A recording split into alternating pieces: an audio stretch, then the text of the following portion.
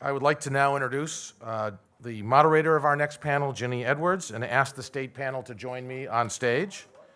As most of you know, and I think all of you read, Ginny is the pioneering editor-in-chief of Education Week, and she's the president of Editorial Projects in Education. It is a go-to source for all of us, and I'm going to turn it over to her, who will run this panel with two key state leaders to go into greater depth about their thinking about this. Jenny, thank you very much for doing this this morning. Thank you, Chris. Good morning. So this initiative's about time well spent. Here we go. We've got barely 30 minutes, and we're going to do this like a lightning round. So here's the format for the session. I'm going to ask you guys to introduce yourselves and to take 2 to 3 minutes to make the connection to the topic of the day. At this point, we're only going to be about 10 minutes into this panel, giving us lots of time for Q&A from me, from you all, and I'm going to ask our panelists to keep their answers very tight, very sprightly, and lively so that we can cover off on as much information as possible. And while we're going to talk about the challenges and pitfalls, to be sure, we're also going to try to be solution-oriented, concrete, and pragmatic in the way we talk about these issues. So as much as we can all get into the rhetoric and the yakety-yak about these issues, we are going to try to be very much listening to these folks over here, very on the ground as much as we can be. So let's move down the panelists. Let's start with Stefan and then Paul and Helayne. I'm Stefan Pryor from Connecticut, proud to be here. We feel like we are an especially good fit for a time initiative because as pertains to time, we are extremely impatient. So you may have heard from our governor who expressed his enthusiasm and his energy around these initiatives, and you can tell from the way he radiates that enthusiasm and energy that we're doing a lot.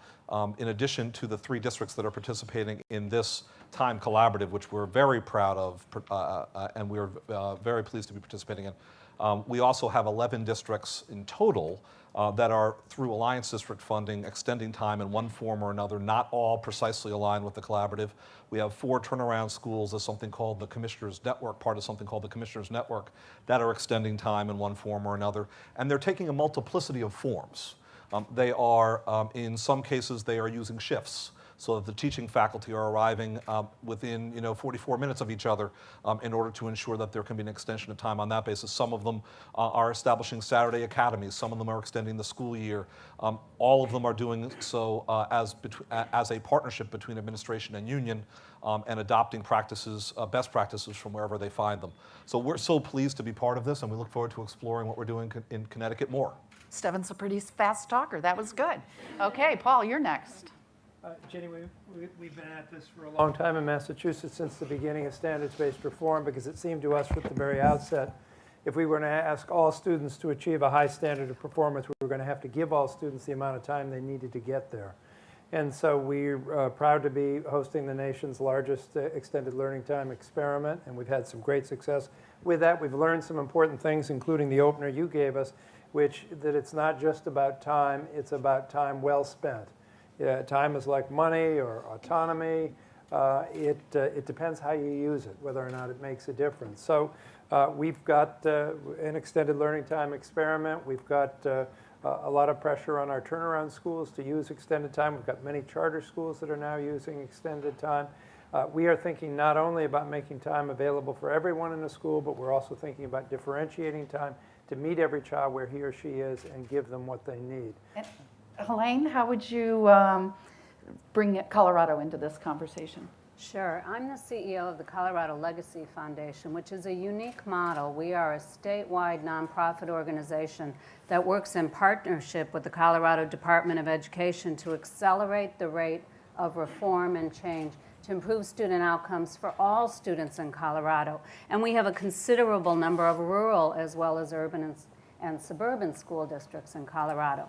We really believe that time is a key lever for reform. We're asking our schools to do a lot more. We're putting in Common Core standards and educator evaluation, all of that in Colorado legislated to take place in the next year. If we don't come up with a way to dramatically personalize the learning experience for each and every student so we can meet them where they are and move them to where they need to be, and if we don't give our teachers time to be able to assimilate all of that we're asking them to do, we are not going to be successful in improving outcomes for all students. We see this work, which actually started in 2008 with the support of the Ford Foundation in Colorado, as moving beyond walls, clocks, calendars, classrooms, and traditions. It's time to stop thinking about the school system the way it used to be and start moving it towards the way it needs to be if we're going to reach and dramatically personalize the learning experience for every student. This work of the Time Collaborative helps us move it forward in Colorado because we're going to have tangible proof points that show people on the ground how this work can be done. So Stefan and Paul, I was going to ask, and Helayne already anticipated it, this idea of how this initiative nests within a school improvement agenda more broadly. What would you say, Stefan, about how that works in Connecticut? It aligns perfectly with our reform agenda, and it's not pure coincidence. I will say that a number of months ago, we had the chance to meet with the Time Collaborative, and the expertise that they demonstrated and expressed has helped to inform our thinking. But when we passed the mega reform bill that Governor Malloy introduced and the General Assembly passed in May and June of this year, embedded within it was reform at a district level through this alliance district structure you've heard us refer to repeatedly. The 30 lowest performing districts in the state, highest poverty districts in the state, are the alliance districts. Baked into that legislation are 7 strategies to help transform these districts. One of them is the notion of extension of time, and as I've mentioned and the governor did as well, 11 districts have chosen to undertake it, 3 of them through this collaborative itself. This is instrumental to what we're doing. We recognize that when students are coming from further behind, they need more time to do so. And it just makes all the sense in the world, whether we're talking about starting as in Meriden under Superintendent Bonini and Aaron, the union head, and the entire team, whether we're talking about starting at 7:30 a.m. rather than 8:50 a.m. with STEM programming that specifically bolsters the STEM skills for our students and offers breakfast time and other reinforcement, or whether we're extending the school day on the other end for after-school programming that's highly rigorous, or whether we're adding Saturday Academy programming at a charter school takeover of the management of a conventional public school, or whether we're talking about the extension of the year.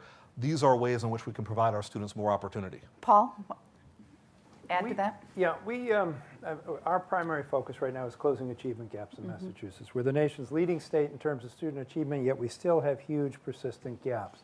Our theory of action is really improve the quality of instruction, teaching and learning in every classroom, mitigate some of the effects of poverty that get in the way of kids coming to school and being able to learn when they get there.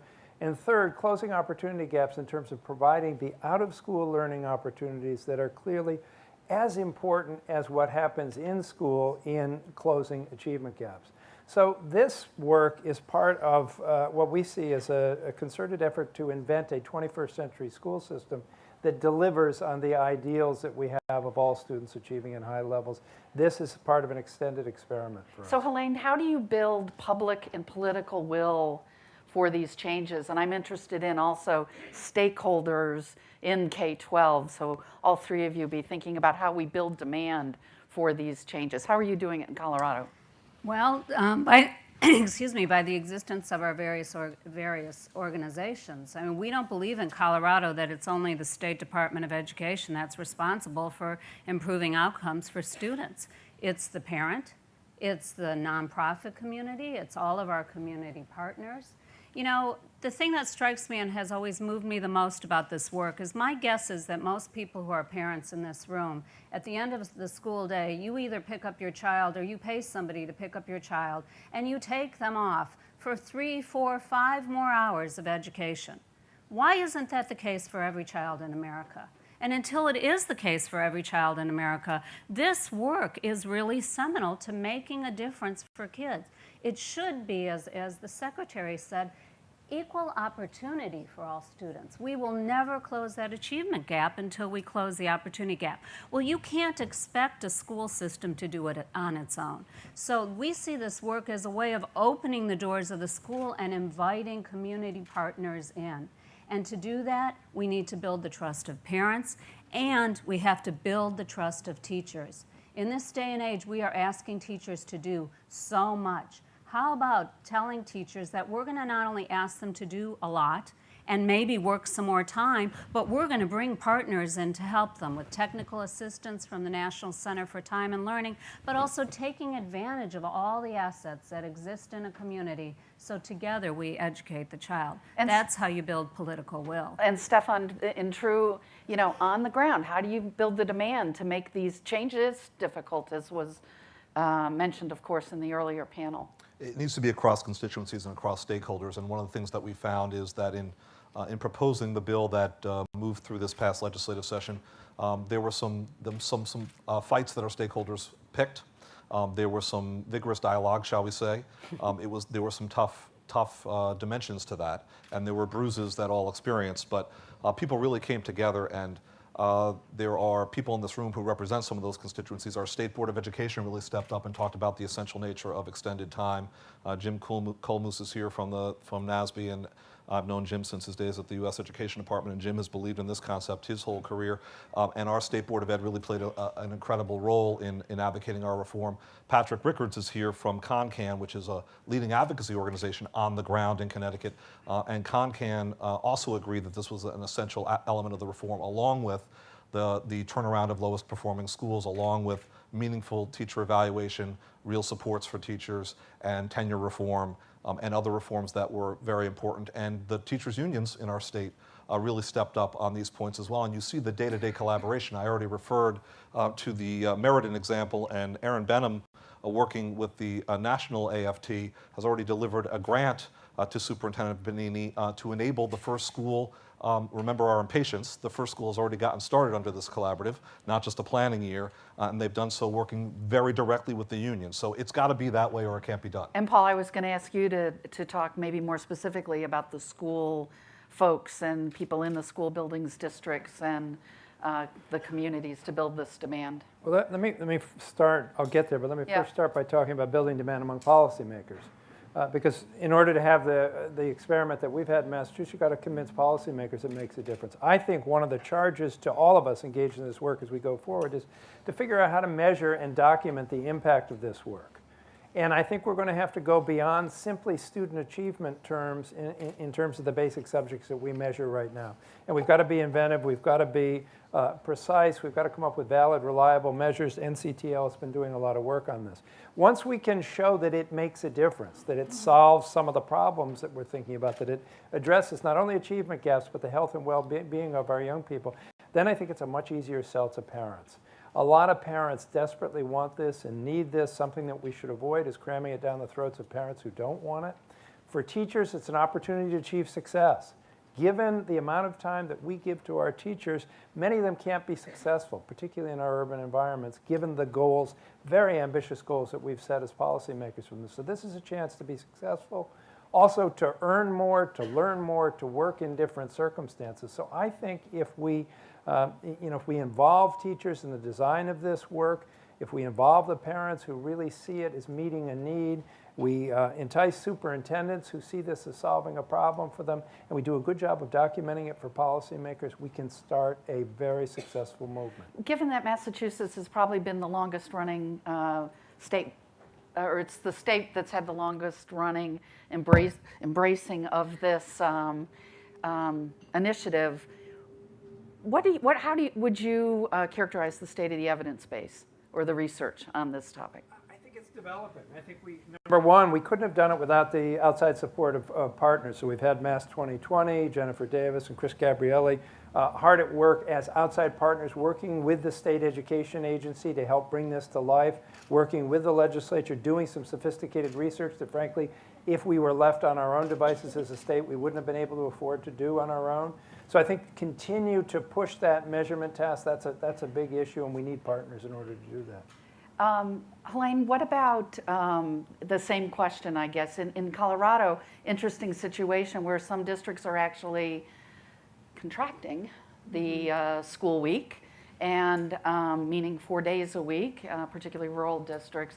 I mean, what does evidence and research help kind of sell this topic, and how do you explain that kind of dichotomy? So Colorado is a little different west of the Mississippi than my colleagues on stage. We already have a school work week that is an 8-hour school day, unlike Massachusetts that did a lot of this work to help increase. We already have those hours in place, and the question becomes, how are they being used?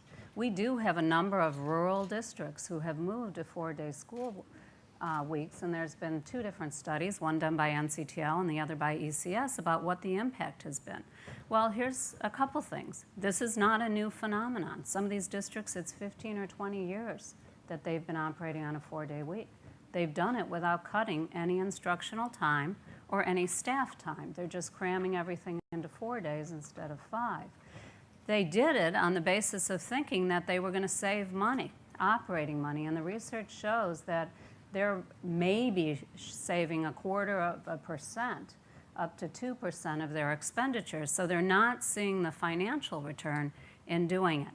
And interestingly, they're not seeing any increase or decrease in student achievement. So they've contracted things, but they actually haven't had outcomes. Now, what's happening in Colorado is we actually see expanded learning time as a turnaround strategy.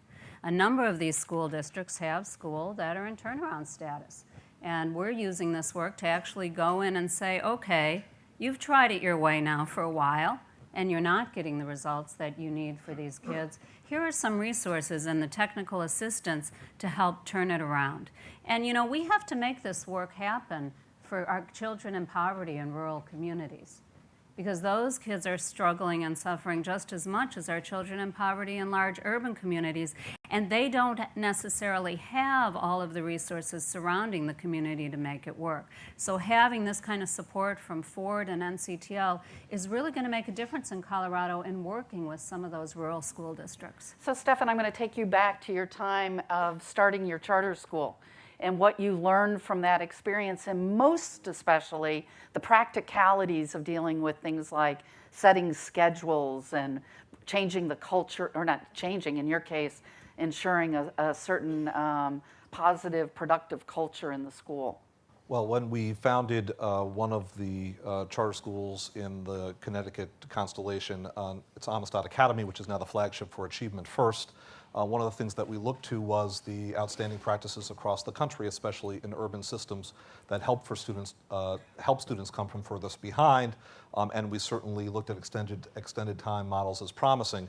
You know, the notion was that time ought not be the constant, with achievement being the variable, but the reverse ought to be true.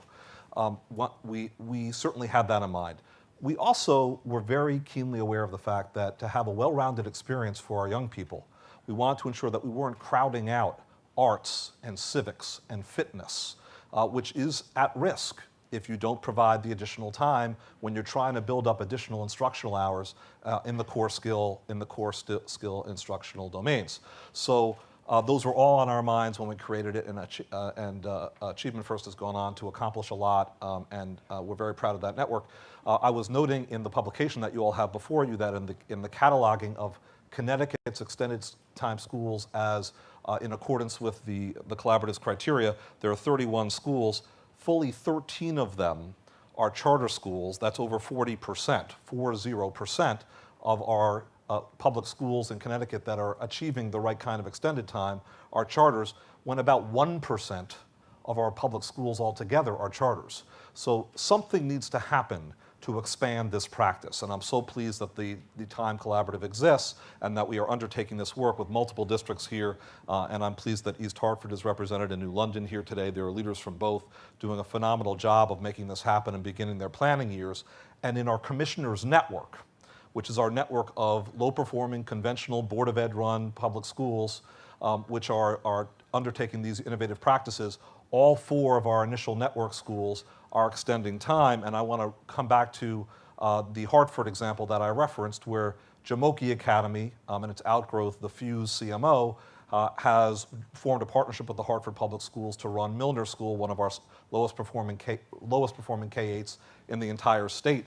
And the immediate things that they've done are extend time by 224 hours per year. They've added that Saturday Academy programming, and they're doing so in ways that make an enormous amount of sense that can be translated across the full system. One very, very last point, Bridgeport, similarly, Bridgeport has undertaken the shift method, where they are beginning to look at how teachers can arrive earlier or later and extend time with limited cost impact, and they're beginning to think about how they can expand that across the district. I'm pleased that there's a Bridgeport representative here today. Paul Vallis is representative in the room, and Sandy Cases. So all of this is possible, but we need to remain focused, and we need to not allow it to be isolated pockets of progress. Okay, we are tweeting. Are we tweeting? At hashtag expand learning. I'm going to ask each of you to identify the biggest challenge to pushing this work forward. You get a minute to answer the biggest challenge and what you do to address that challenge. Helayne? So I think the biggest challenge in Colorado is actually the biggest opportunity, and I would be remiss if I didn't recognize in the room one of the great past governors of Colorado, Governor Roy Romer, sitting here, who many, many years ago pushed for rigorous standards and content for all students in Colorado. I think one of the biggest challenges is, as I said before, we are in the midst of doing a lot of change that started many years ago, but is coming to a head in Colorado. Implementing Common Core standards and new assessments, implementing a new evaluation system, and we actually see that this is the opportunity. The bringing of the Time Collaborative to that work, to my mind, ensures that the hard lift of getting all this work done is going to be made a little easier as we learn what it's going to really take to merge all of these reforms together to dramatically personalize the learning experience for all students. Paul? I think, as I said earlier, we're in the business of still, maybe 20, 25 years after we first, as a nation, have moved towards setting high standards for all of our students, to build a delivery system that actually makes good on our promise to commit to those standards. I think in nurturing an experiment like this, we've got to build capacity at both the state level, in private partners, and at the local level to make good on the promise of using time well. This is an easy experiment to discredit very quickly. In other words, if you have a number of people who are given more time and they use it poorly, they'll get zero in the way of results, and policymakers will walk away from it in a minute. So what states have to do, and I think we've done a pretty good job of this in Massachusetts thanks to our outside partners, is really work on making sure that when this hits the ground, it's why the planning phase is so important, that it's been thoughtfully planned, that it will be evaluated in a formative way, data will be gathered, reactions will be gathered, we'll be able to make mid-course corrections. So every effort has been made to use this time effectively so that it can make the difference we know that it can make if we use it well. Let me just follow up. It sounds like a softball, but the importance of the governor and the chief and the folks at the very top of a state embracing and advocating? How? Well, obviously it's critically important, I think, to have top leadership be committed to this as a strategy, but also to be not just committed to it symbolically, but to be committed to it substantively in terms of doing the work that needs to be done in order to make it happen. So on that, I'd come back to my earlier point, which has to do with we need a framework within which to talk about this. If we make the framework too narrow, in other words, if we solely define this work in terms of ELA and math results on our statewide standardized tests, I think we're missing an opportunity to redefine what we're trying to do with children here. And what we're trying to do with children is not only boost their academic achievement, but also build their health and well-being so that they can take 21st century jobs, so they can be citizens, so they can be lifelong learners, so they can be heads of families. And that's a bigger task in terms of measurement and providing a framework for the work we do, which is education, not purely schooling. And we've got to begin talking about it in that way. Stefan? I'd certainly echo the point that Paul made regarding quality being a key challenge, but I'll move on to a separate point, which is resources. And I think it is a challenge in the age of austerity. When we are tightening our belts, how do we do more in the way of time and more in the way of programming? Well, we're all finding the way. And I want to note that this must be one of the few Ford Foundation sponsored programs where although we're not celebrating the arrival of billions of more dollars, these are hundreds of thousands of dollars a year Very, very welcome, by the way, Luis. We are grateful. What's more valuable still is the technical expertise that's being lent to the project, and we all recognize that. That's why we're all here, in spite of the fact that it's not really about the size of the dollars. We'd welcome more. We would welcome more. Okay, let me be clear.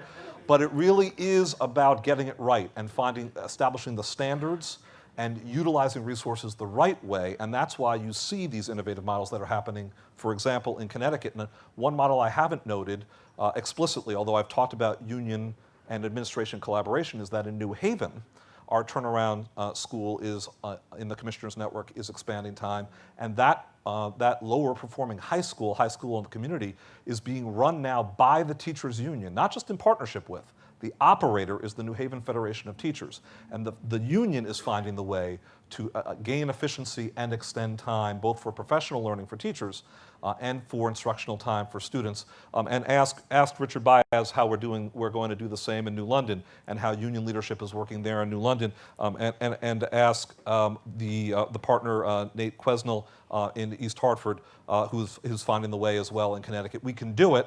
And we will need some additional resources, but we can find the efficiencies to get it done. So let me open this up, and I'm going to ask for a few questions right in a row, so that then we can get the questions, and then these folks can answer. Cindy. Hi, I'm Cindy Brown from the Center for American Progress. I'm glad, Stefan, you brought up resources. But one thing I haven't heard anyone talk about is, are you going to simultaneously tackle fiscal inequity in your states? We know that high poverty schools generally get less resources than those schools without lots of poor kids. And I think that's one reason that you are not seeing the expansion of this more quickly. And so what's going on in your states to make sure that kids with the greatest needs get the greatest Adequacy local and state resources? Equalizing funding. Okay, another question. We'll get. Yep, thank you. Hi, Chris Mason with National Association of Elementary School Principals. So we've heard about teachers and superintendents, and of course we applaud what you're doing and applaud the fact that you're looking beyond just academic gains.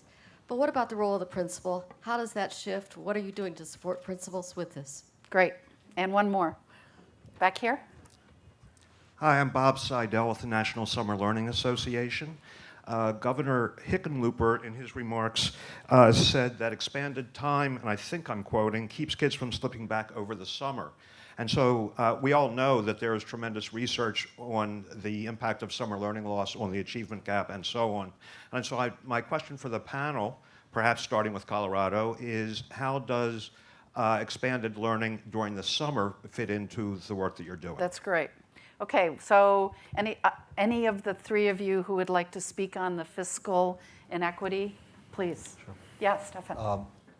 One of the ways in which Connecticut managed to both move in the direction of remedy for inequity in our finance system and accomplish these goals that we are describing today around time and other reforms is by shifting from the pure formulaic method of allocating our education cost-sharing formula, which is our main remedy for the property tax inequity and other methods through state funding, and shifting to more of a grant approval-based process where disproportionate dollars are offered to the districts of greatest need, highest poverty, and most difficult tax effort jurisdictions.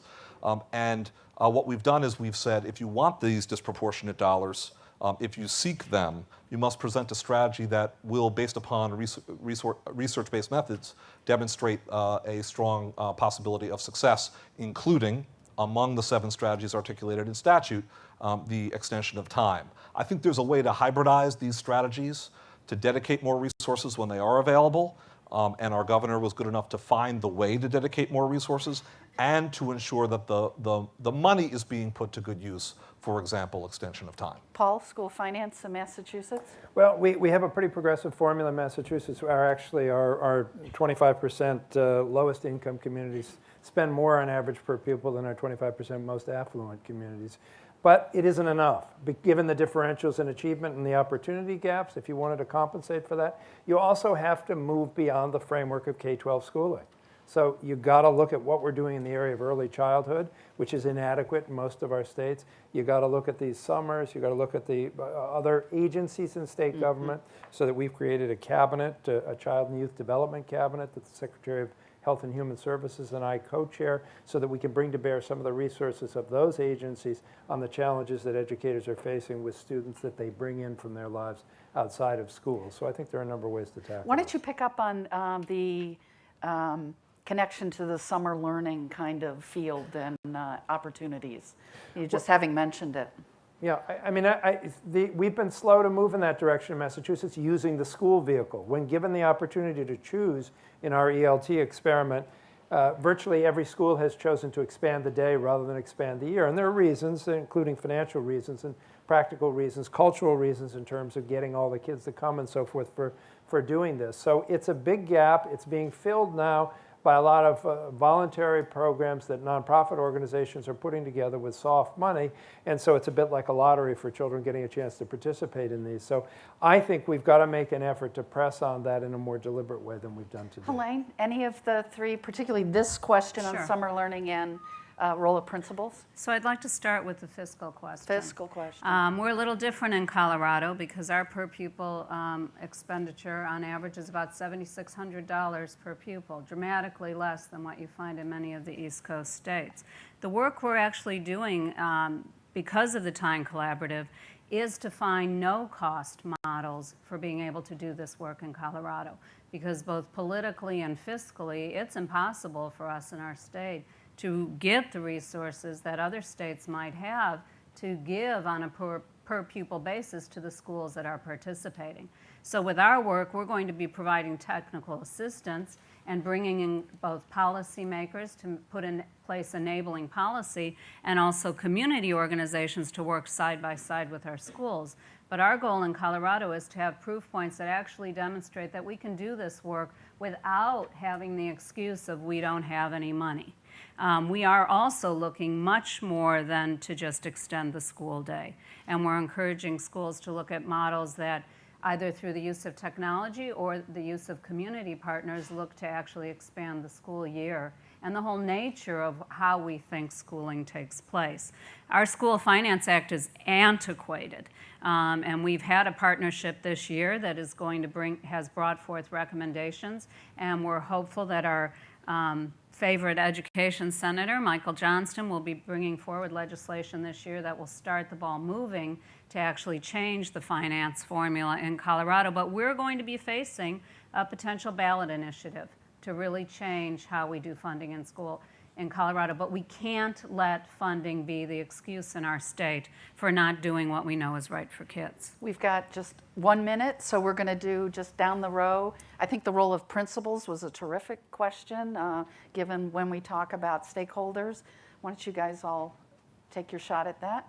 I think it's very important that states begin to partner with districts to ensure that there are pipelines of aspiring leaders who are emerging, who are trained in best practices, who understand the rigorous standards-based approach in all domains that needs to be undertaken for reform to be effective. So in Connecticut, for example, we are forming a leadership academy that will be at the state level that will help to interface with districts that are creating their own aspiring leaders models and will help to support them so that they understand what extended time models make sense. You know, to refer to Meriden, Connecticut once again, Meriden has its own aspiring principals program and has done a lot around growing the next generation. But can they have the reach from a mid-sized district perspective to understand all the practices that work and to network with national sources of information and expertise? That's the role of the state, so that's one direction in which we're going. And Paul, is information sharing built into Massachusetts' approach to this initiative? Yeah, there is a robust way of gathering information and sharing it. But when I think of the role of principals here, I'm thinking of principals leading a learning community that's both a learning community for adults and a learning community for students. And in this process, it means leading a very deliberative planning process to think outside the box, to use a cliche, but in different ways about having a new resource now that enables you to rethink the entire way in which you spend time and you use your professional expertise in combination with the children you have and the curriculum you have to make a difference in people's lives. So leading that exercise, that planning exercise, exercise among adults, and then being capable of carrying it out and simultaneously managing the demands of the student learning community, which is obviously primary, but the adult learning community, which is critically supportive of that, I think is the main role for principals here. Helayne, last word. I think everybody knows that work doesn't change in schools if teachers and principals aren't leading it.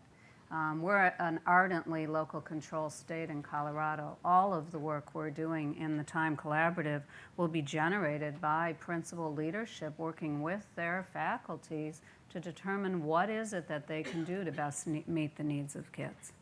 Would you all join me in thanking our panelists?